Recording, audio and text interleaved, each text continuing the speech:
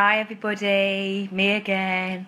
Just thought I'd jump on quickly before I have to go and get the kids from school, sort dinner, and then pop out and see my mum for her birthday. So, just a quickie, day 3 on the Free Yourself from Your Free Feedback Fears. Going quite well so far, lots of information. Hope everybody's finding it useful.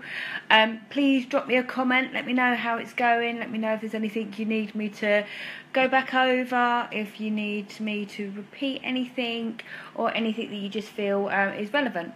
Obviously we're at day 3 now, so I don't want to get to the end of the week and then you're kind of worried that you haven't caught up or you haven't been able to understand something, which means that the next parts aren't making sense. So feel free to drop me a comment, either PM me or drop me a comment here or on the post of the salad earlier, and I can help you out. So, when to take feedback seriously. Now, this is a really short one, unlike yesterday's, which was quite a big discussion point. This one is a lot smaller. So, basically, there are a small number of times when feedback needs to be taken seriously, and usually when it's given by an authoritative figure. So if you're given feedback, if you're in a sales environment and it's feedback about, like I was saying yesterday, somebody doesn't like your product, that's just basic feedback you can ignore. If, however, that feedback has created injury or has created someone to be seriously ill, that's very different. So say, for instance, you are a dietitian and you've told somebody that you've created some recipes and things like that, and those recipes are sold as being gluten-free, and you've given out all the details that you need and you've sold it on to people, and then somebody contacts you to say, well, actually I'm gluten intolerant, I'm a celiac, and I've done your recipe and I've been really ill from it. So that's a little bit different. Hi Claire, how are you? Because now we're not just talking about somebody not liking your product or not liking what you've offered or deciding that actually it's not for them. Actually, they've had an issue because of it. There's been a problem because of it. They've become ill because of it. And that's when you need to look at it properly. You need to then go back into your recipes, find out what was maybe causing the problem, look at whether or not you've given the right information, that kind of thing. Another way might be if you're given feedback from the police. So let's say, for instance, you're pulled over and their feedback is that you're driving too fast. It would be quite useful to listen to that feedback and to then drive at a relatively different speed. So especially whilst they're still watching anyway. So again, that kind of feedback, because if you don't take the feedback on board, there is a consequence. So if you don't take on the feedback and you continue to sell your recipes to more people who are celiac and more people get poorly, then you could end up being investigated. You could end up being in a lot of trouble where people then stop buying from you completely. There is a consequence to you not taking that feedback on board. If you are pulled over by the police and you're given some feedback on your driving ability and you don't take that feedback on board, then guess what? There is a consequence to that. You can end up being fined. You can end up with points on your licence. Hi Jim, how are you? So again, with that kind of thing, there is quite some serious consequence to you not listening to the feedback. Another one would be if you're in a review meeting. So think about review meetings not just in the workplace, but medically as well. So you could have a one-to-one with your manager. It could be a performance review. It could be a yearly review. It could be a medical review. It could be an interview review. So there's lots of different ones it might be. And generally, if you're in that kind of environment and you're having a review from that, they are expecting you to take the feedback on board.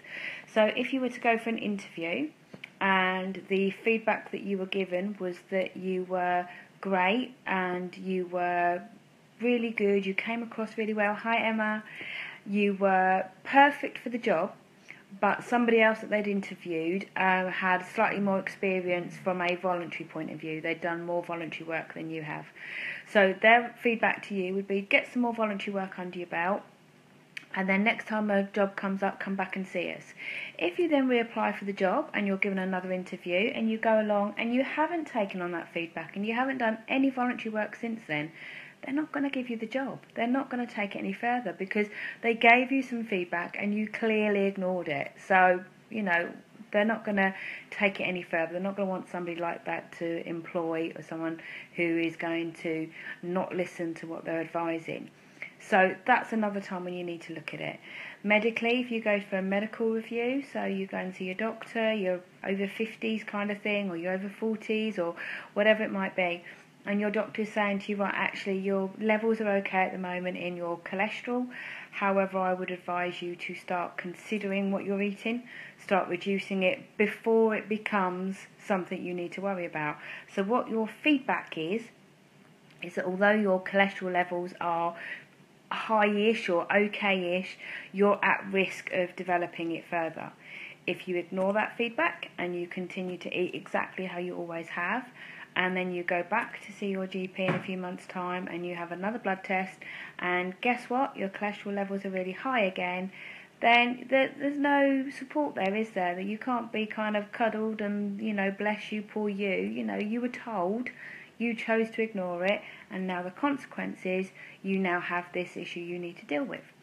So if you are diabetic and you are told that your diet isn't working and the medication that you're taking isn't working, and they want you to try a different medication and they want you to try a different diet plan, and you ignore them and you continue doing what you're doing, then guess what? Your levels aren't going to change.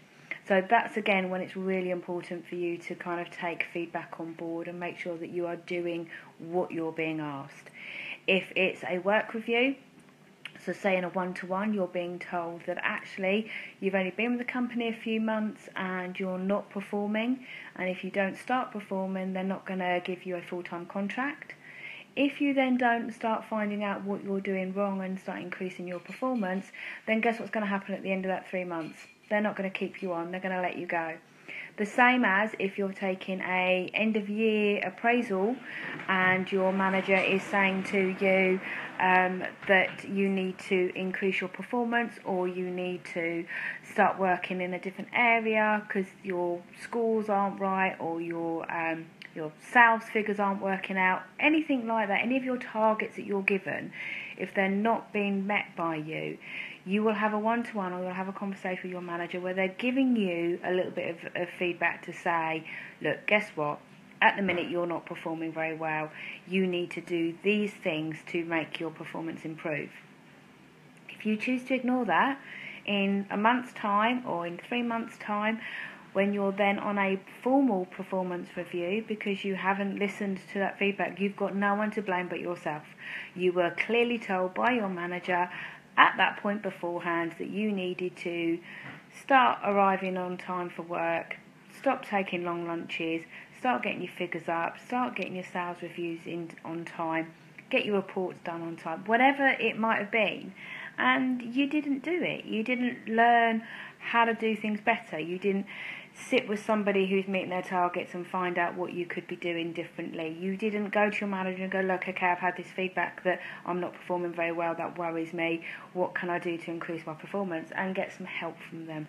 You took the feedback, you kind of ignored it, and you carried on with your working day.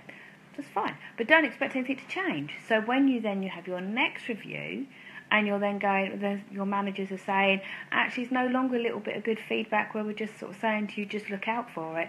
We're now saying we're going to take this to the next step and it's going to be a formal procedure. You'll now find that you could end up losing out on a bonus, because quite often with companies, if you're on a performance review, you don't get your bonuses. If you're on a performance review, you're not allowed to do overtime. You're not allowed to go for promotions.